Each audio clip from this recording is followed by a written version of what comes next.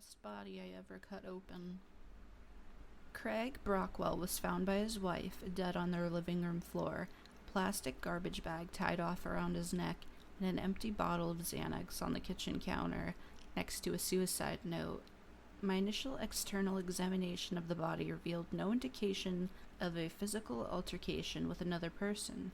Skin deep, the evidence was consistent with the suicide by pills on suffocation.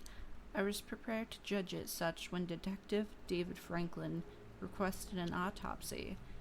"It just doesn't sit right with me," said David. "I mean, this guy, he had it all, pulling in millions.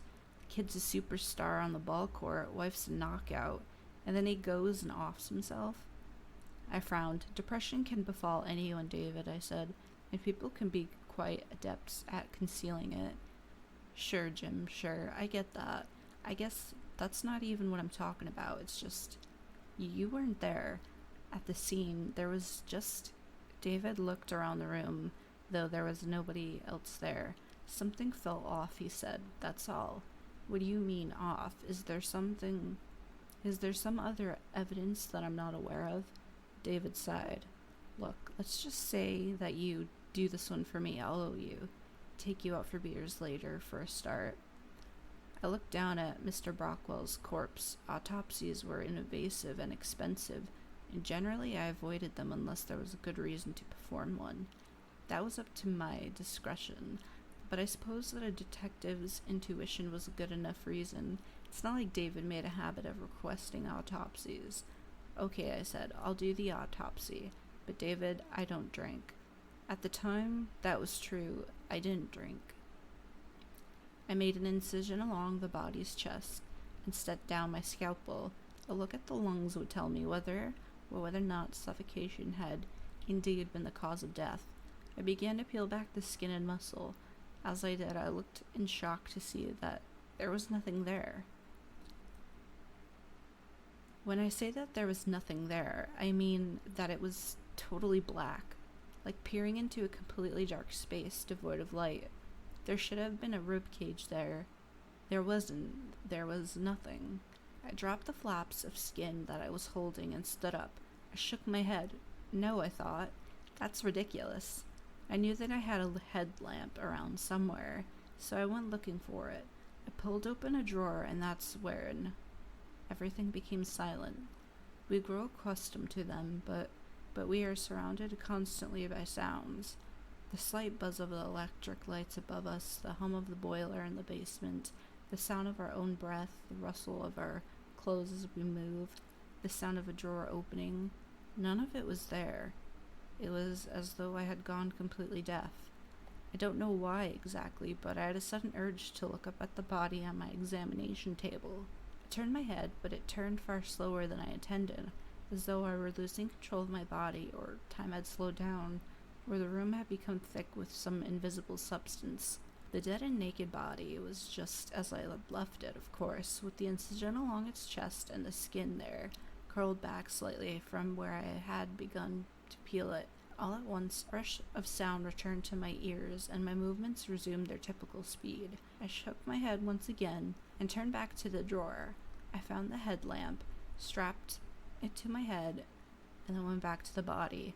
I flipped on the light, opened up the skin again, and gazed into utter darkness. There was nothing there. The darkness consumed the light from the headlamp. It seemed endless. I steadied myself and tore the skin back further. Instead of the rib cage and bits of tissue, there was only the nothingness. I tentatively stuck a finger into it. As soon as I did, the silence returned, and everything slowed down again. My fingers felt incredibly cold, like touching dry ice. I withdrew it as quickly as I could, which was not very quick at all. It was like coming out of quicksand, but once I was out, the expected pace of reality fell back into place. I jumped back and picked up my scalpel. I made a deep slice along the right thigh and pulled up the skin. More nothingness. I repeated the procedure on the left thigh, to the same result. My hands were shaking, and my mind was in blank shock. My mind was as empty as the body in front of me. Nothing could explain this. I walked around to the head and made a cut around the circumference of the crown. I peeled the flesh away, and there was nothing. As I stared into it, I froze. I stood holding the severed scalp, staring into the nothingness, unable to do anything else. I don't know how long I was in that state, but the sound of David's voice snapped me out of it sometime later. "How's it going down here, Jim?" I dropped the piece of dead flesh and hair that I had been holding and turned to look at David. "This is very bizarre. I have never seen anything like this. I can't explain it." "And how's that?" asked David. I pointed to the body. "Just looked," I said. David walked across the room and peered into the darkness. "What the fuck?" he whispered. "I don't know," I said. "I don't know." David started reaching inside the head. "I wouldn't do that," I cautioned. He ignored me and kept reaching. Then his hand was inside the head. He froze suddenly, except for his eyelids, which remained open wide in shock. "David," I said, "pull your hand out now." David's eyes got wider. He was trying to say something, but his lips wouldn't open. It came out muffled, but I had no doubt that he was trying to say help. All at once, David jerked forward 2 feet, so that he was now into the body, up past the elbow. The look on his face grew more frantic and desperate. I grabbed onto his other arm and yanked, but it was no good. The body was stronger, pulling him in, now up to the bicep. I watched in pure horror as the head seemed to expand in size, as if it were growing larger so that it could suck in all of David. My instinct took over and I ran to my tray of tools. I grabbed my bone saw and switched it on as I made my way back to David. I applied the saw to his shoulder, which is now mere inches away from the terrible maw of nothingness. I drove the saw in furiously, blood splattering on my face. The muffled would-be screams of David trying to assert themselves over the whir of the saw. At last, I cut through the bone and David fell back on me, so that I hit the ground with him on top of me. I could see the last of his severed arm disappear into the nothingness. Now that his lips would open again, David was wailing in agony. I rolled out from under him and went to work on cauterizing the wound, praying that he wouldn't die. I paused long enough to dial 911 and explain the need for help over the speakerphone function as I performed the surgery. I sat by the hospital bed until David regained consciousness. He looked at me with terrified eyes and grabbed my wrist with his remaining hand, his fingernails digging into me. "I saw it," David said. "I still see it. Nothing. That is what I am and what you are. Everything is nothing." I broke free from his grip. "That's absurd," I said. "I don't know how to explain that body, but I know I am not nothing." David started laughing then. I left him at the hospital, went home, and had my first drink in 2 years. I knew it was a horrible mistake, but I did it anyway to wash away the horror. When I was drunk enough, I resolved to return to the morgue, determined to bury Craig Brockwell's body. I got in my car like a monster and drove, weaving across the road. When I arrived, I flung the door open, my mind and body overtaken by the alcohol. I looked into the room, and even through my drunken haze, it registered that something was very, very wrong. The body was gone.